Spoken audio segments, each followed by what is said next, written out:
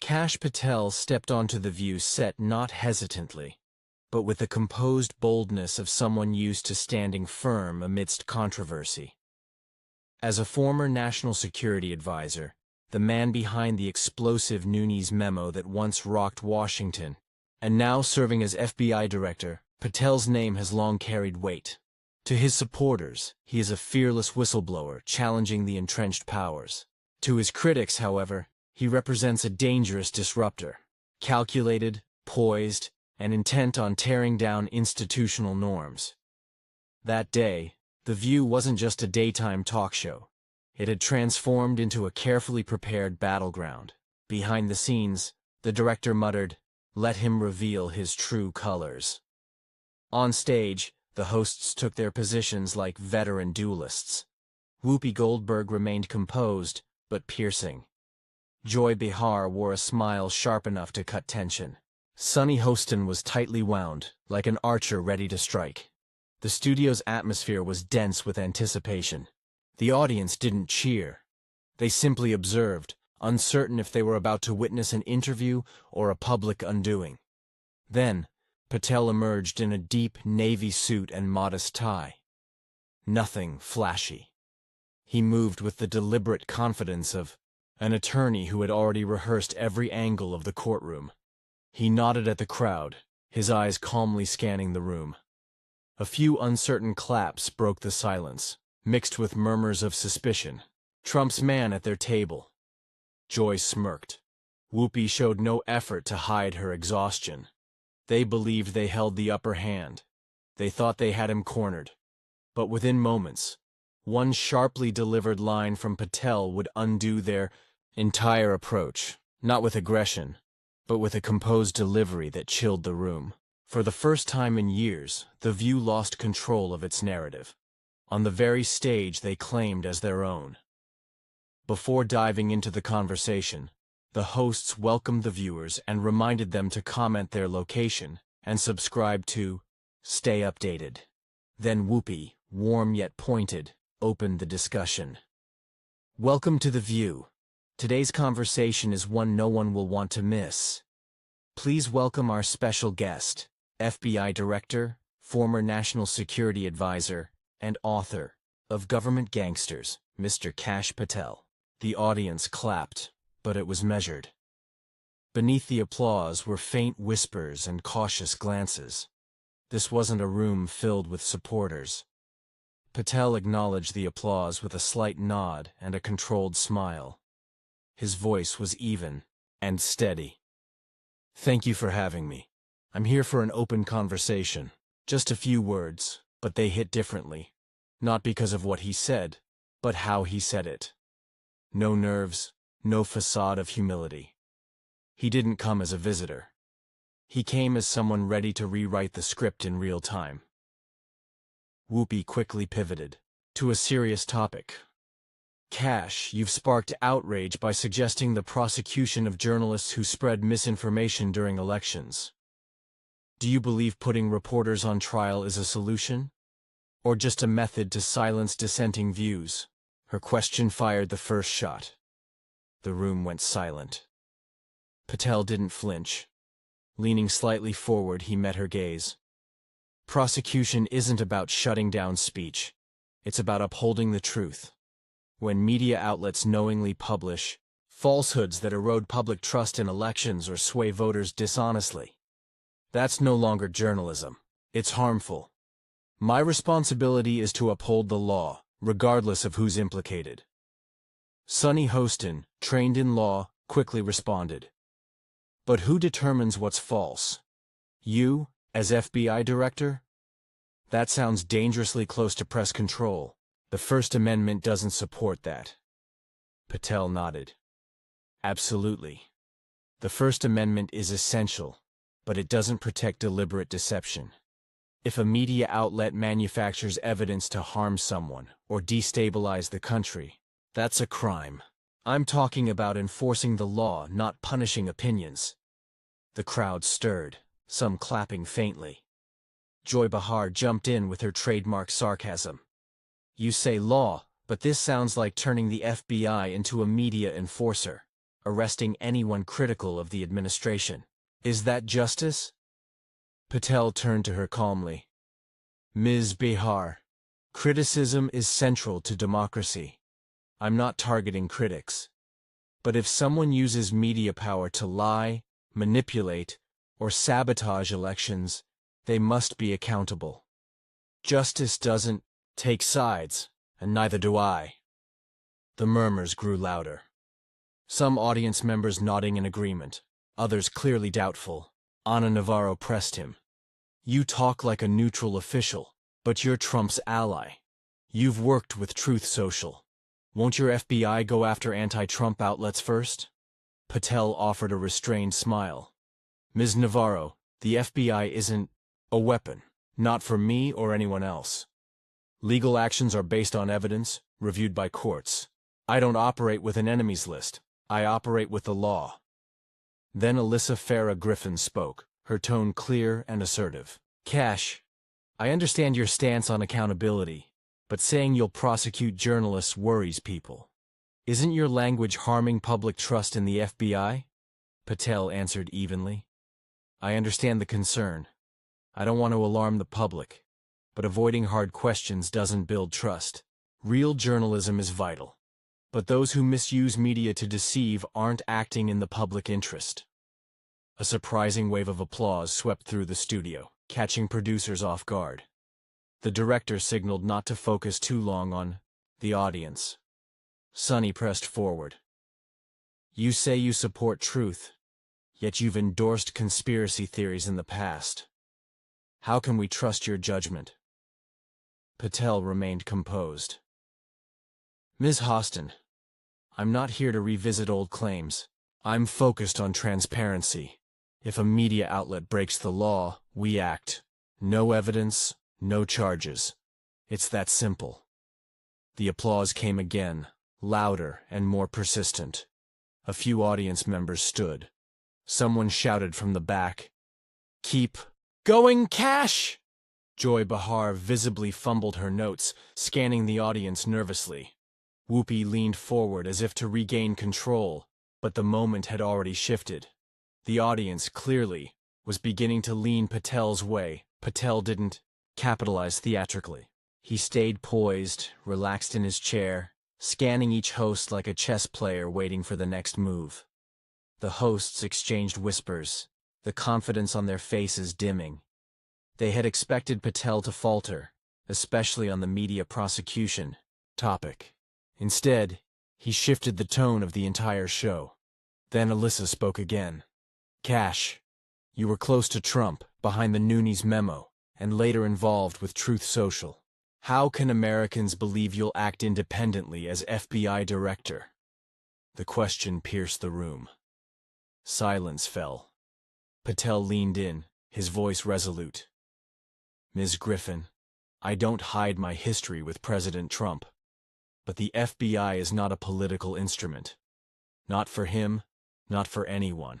My loyalty is to national security and to every American citizen. Joy Behar cut in sarcastically.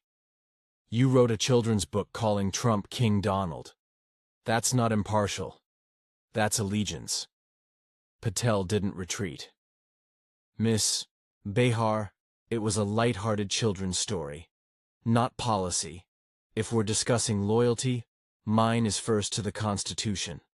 I supported Trump because I aligned with his priorities, protecting our country, rooting out corruption. That doesn't compromise my independence. The crowd responded with a mix of applause and headshakes. Ana Navarro returned with a sharper edge. You advise Trump media, which boosts his agenda. How can you assure us the FBI won't become an arm of Truth Social? Patel met her stare. Ms. Navarro, I stepped away from Trump media to refocus on national interests. The FBI acts on facts and evidence, not on social media posts or politics. Any lawbreaker is subject to investigation, regardless of who they support. A strong wave of applause erupted. Sonny Hostin, now sensing the shift against the hosts, tried one more angle. You make your case well, but you've called FBI officials gangsters for probing Trump. That's not defending law, that's defending a person. And now, it was unfolding live, right in front of them. Sunny Hostin, laser-focused and unrelenting, launched her next attack, her words slicing through the air like sharpened steel. "Mr. Patel," she began, her tone steely, "we've heard plenty about prosecuting the press, pledging loyalty to Trump, entertaining QAnon theories, and wanting to reform the FBI. But here's the question Americans want answered. How can anyone trust that you're not just Trump's enforcer, out to turn the FBI into a political weapon used against his opponents? Isn't that the real agenda?" The studio held its breath. Patel leaned forward, his eyes locked on Sunny with quiet intensity. His voice, though soft, carried like a command. "Ms. Hostin," he said, every syllable deliberate. "When media and public officials begin to anoint themselves as the sole arbiters of justice, they're not protecting democracy. They're robbing the people of their voice." The statement cracked like thunder. The crowd erupted. Applause roared through the studio, some audience members leaping to their feet. Someone shouted from the back, "Speak, Kash!" Unshaken, Patel continued, calm and resolute. "I'm not here to serve Trump. I'm not here to serve any individual. I'm here to defend the right of every American to live in a country where truth isn't filtered, spun, or silenced. If you want justice, it begins with listening, not labeling." The noise drowned out the producers' voices in the hosts' earpieces.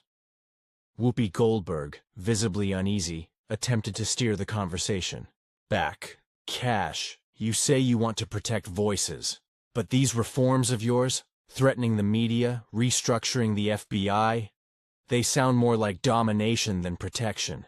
Don't you see that?" Patel pivoted toward her, his gaze steady.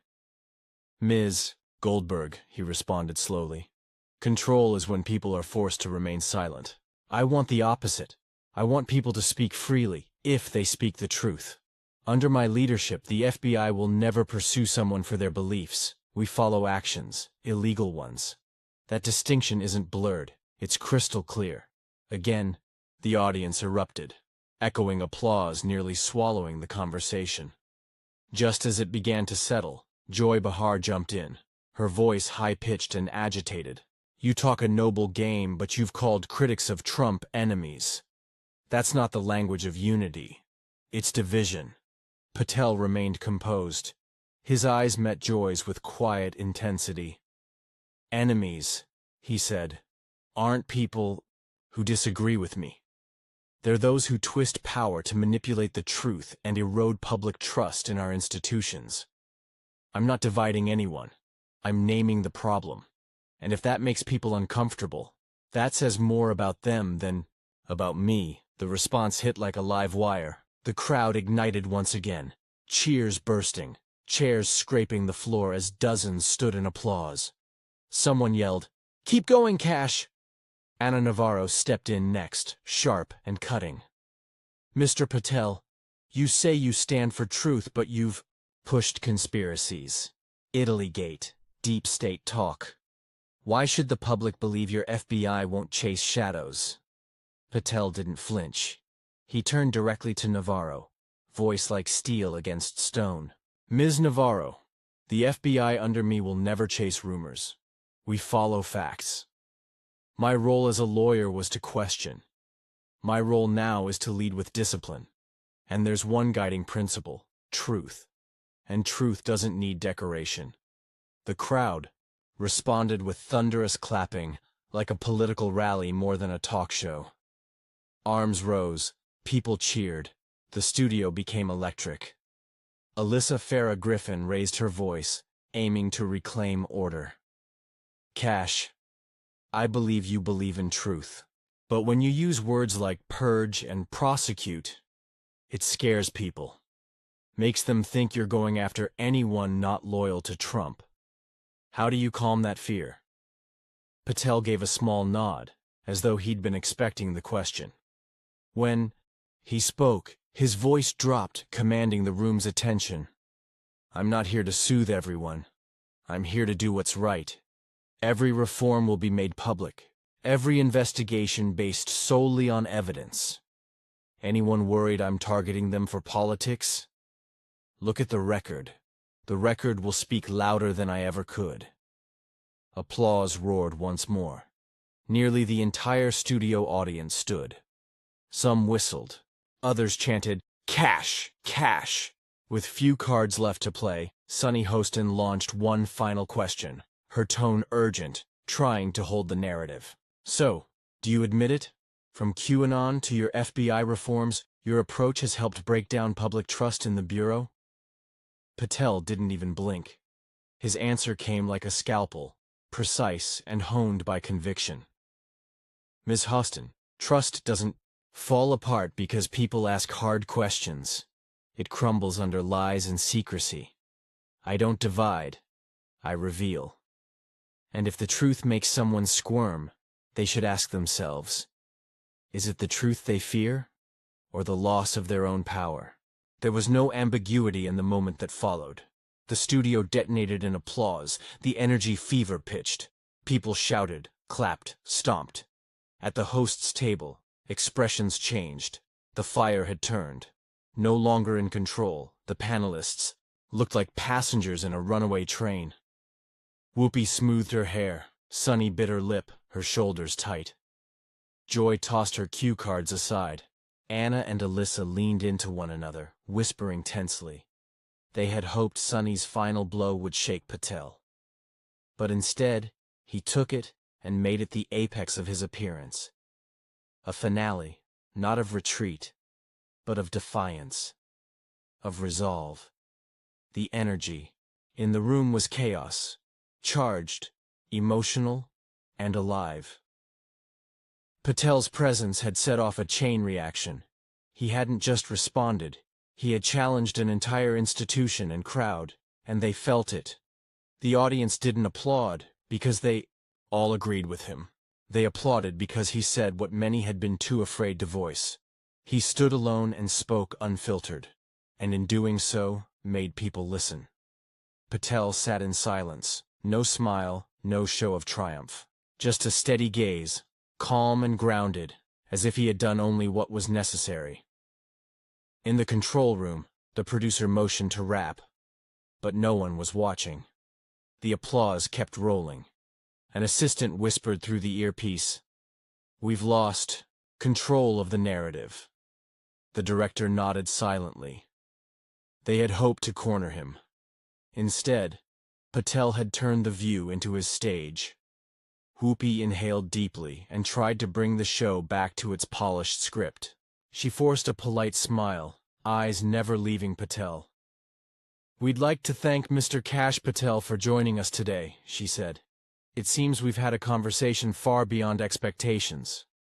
Joy Behar, no longer cocky, gave a small nod.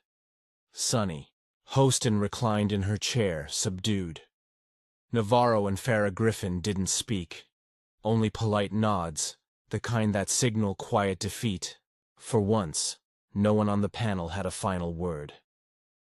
Patel rose, nodded respectfully, and exited without another comment. And yet, in a room full of noise, his silence spoke volumes. The audience rose again, applauding, not just the man, but the moment. Applause for something they hadn't expected. Closure, but not the kind the hosts had planned. The music played, and the camera slowly pulled back. On the screen, the usual ending message. The View will return next week. But for everyone watching, in the studio and beyond, one line still lingered like smoke. If the truth makes someone uncomfortable, they should ask themselves, are they afraid of the truth, or afraid of losing power? In that moment, even critics couldn't deny it. Kash Patel didn't come for a talk